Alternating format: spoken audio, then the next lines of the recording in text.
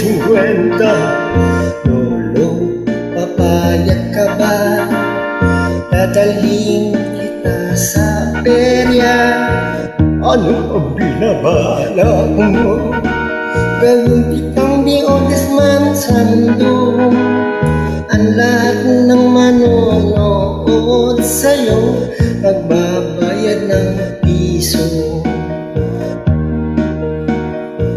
Magkano naman ang sweldo ko? 100 tuwing linggo. Paano ko masiguro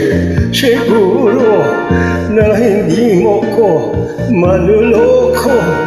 Gagawa tayo ng kontrata at kumuha ka ng testigo.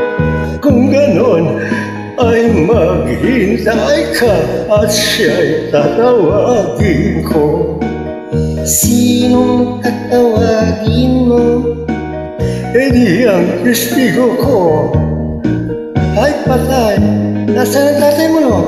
Nasa bahay, nagmamasay kay Lolo. Patay, hindi buhay.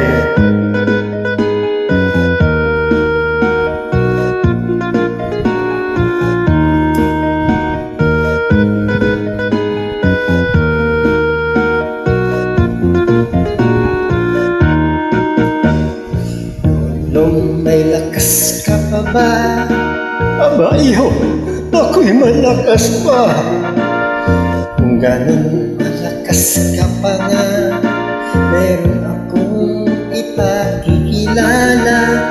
Ano siya? Maganda ba?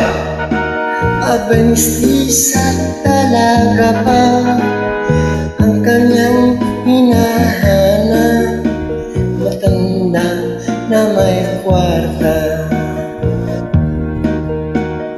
Gusto ko'y batang-bata pa, 18 lang siya.